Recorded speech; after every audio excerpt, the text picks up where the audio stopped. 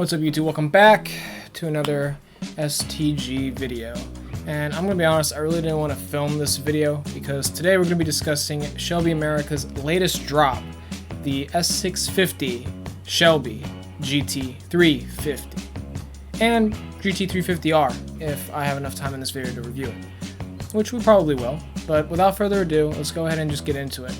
So I'm going to go ahead and just pop a photo of it on the screen. It's going to be this side actually. So here she is, the all-new GT350. Shelby, I don't think y'all remember the S550 very well. If you guys know, the GTs and the Shelbys actually had a difference in design language from the bumper. I kind of miss that a lot, especially since not only is it a non-refreshed look, but the motor has also stayed the same from what I'm hearing. For the price tag y'all are asking for, I'm a bit concerned about the quality, the design, the performance, and everything else in between when it comes to this car. This also includes the R, the Shelby GT350R. Come on guys, come on. I know also, I recently watched a video where they were showing the car off, the GT350R to be exact, and they were in a rush to show it off, so they had a lot of missing things, and you can tell they were kind of like trying to piece everything together in the middle of the reviewing and the showcasing of the car. And I don't know, I just don't, from what it looks like, Ford isn't giving the Mustang the attention it deserves, especially in such a climate as we are in today, where everything is kind of shifting before our eyes, and we're not seeing, as car enthusiasts, what we want to see from our manufacturers. And something very important I want to emphasize is because there's not really that big of a difference between the bumpers of the cars, I was actually lying to y'all and I was showing a regular 5.0 to emphasize the point that Shelby America needs to step up their game.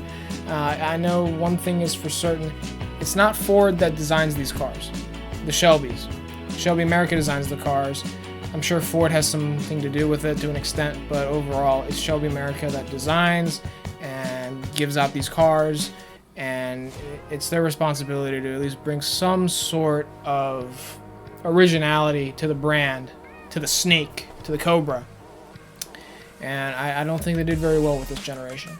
This Shelby GT350 compared to the new Shelby GT350, we can obviously see what I'm trying to say. Not only was the engine different, the look was different, the badging was different all around. In the rear you had a different badge from the sides, and everything kind of flowed together. If I ever get to designing the S650 Shelby, you'll understand. I actually did redesign the S550 one. If you guys want to go check that video out, that would be awesome, because we have a whole design series on the S550 Mustang already out for y'all. GT350R also has a side exit exhaust, which is pretty cool, but the only problem is y'all forgot to close up the diffuser in the back. It just has nothing going on there. Like, what in the world are we doing, Ford? What is happening? You guys are leaving things out. This is how I know that this is not designed by a true enthusiast. It's not rechecked by a true enthusiast. It's just someone at Ford's corporate that just decides, hey, we're gonna make this, we're gonna slap it over here, and we're gonna see if it sells. And honestly, that is not a great business model, in my personal opinion, to be following if you are trying to sell sports cars to a certain buyer. And since most of your buyers are car enthusiasts, or you have even owned Shelby GT350s in the past, I could see them not wanting to opt for one unless they're true collectors. But even then, that market is really limited. So we have to keep that in mind as well. And I'm hoping that the team over at Ford and Shelby America are also thinking about this very closely. It just doesn't seem like they are. And let's be real, if you have money for a GT350, S650 generation GT350, why would you go for the base? Wouldn't you want to get the higher trim? I don't know. I need like a whole paragraph from Ford telling me what they're thinking, because I have no idea how to grasp this business model. And for sure, another thing that we cannot let them get away with is the interior. And to be specific, the airbag doesn't have a Cobra badge on it. There's no Shelby lettering anywhere except for maybe the seats whenever they get a chance to put that on the Corbo seats that they have. No, it's Sparco seats. Never mind. Yeah, they're Sparco seats. But nevertheless, there isn't a lot of oomph to this interior. And again, for the price point that they're asking for, a couple carbon fiber bits here and there just isn't going to cut it. I know it has a carbon fiber tub. That's pretty crazy. And a few other things here and there, but I mean, this car is going to be over 100K probably. I cannot see this being a $100,000 car if you're just kind of taking it out of the parts bin and just throwing things on, slapping it on here and there. I don't know what to say. One thing I did forget to mention is that the GT350R has a refreshed facelift, and I don't know why they didn't bother to just put that onto the base as well, including the heat extractors on the fenders and everything else in between. You know, it's just kind of like, at most they did the hood, and that's it. They didn't do anything else with the car to really distinguish it from a regular 5.0, and this is the base we're talking about. This has me a little bit concerned about the future GT500 and anything else they're planning on releasing in the future. I'm a little bit skeptical on what Ford is planning. I think they put all of their funding into the GTD and nothing else. I really don't know. I think this generation was really an experimental phase in a time where it's really not needed to be so competitive and experimental. You know, the Challenger's gone, the Charger's gone. The Charger's gone to an extent. It's kind of refined in a bad way in my opinion, but nevertheless, the Camaro's gone too, and the only real competition is the Corvette, and I don't really see that really being a similar level. Just my opinion. I mean, at the end of the day, I'm a Chevy guy, so it's kind of hard for me to see Ford's perspective on everything and what they're doing, but you got to admit there is something wrong going on in the boardroom at Ford Exact. Let's not forget the Super Snake though. I'm not going to fully hit on Ford completely. The Super Snake looked amazing, and it actually had a Whipple on it and everything else. In my opinion, it is a very expensive car. I do understand where they're coming from, because it will probably be limited production along with the GT350.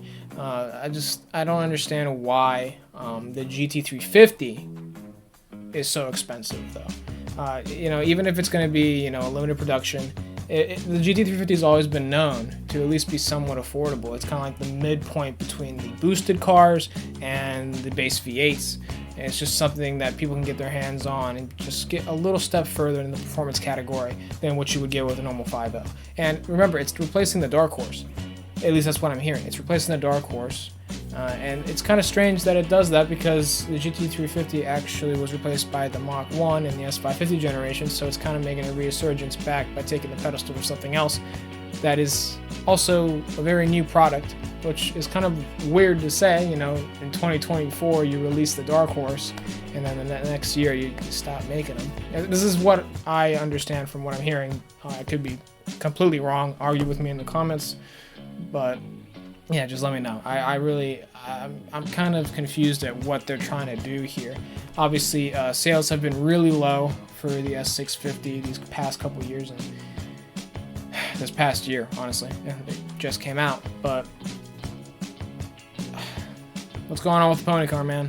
So from the exterior not changing at all to the interior pretty much revoking itself back to where it was from square one with a freaking EcoBoost, y'all. I can't really see this car selling well either. I mean, for goodness sake, the GT350R probably was a base, but from what I saw in the video, it had split touchscreens. Yeah, the touchscreens that match a BMW. I mean, come on, y'all are going with the BMW boys on this one. That's kind of crazy, but yeah. Nevertheless, I don't know what to say. That's pretty much all I got for y'all. So if you like this video, make sure to leave a comment, like, and subscribe. And if there's anything I left out, obviously be sure to let me know. Well, we'll see where this car takes us. This is our only pony car left, since all the other ones are pretty much gone or electrified and done away with. But yeah, I'll catch you on the next one. Peace.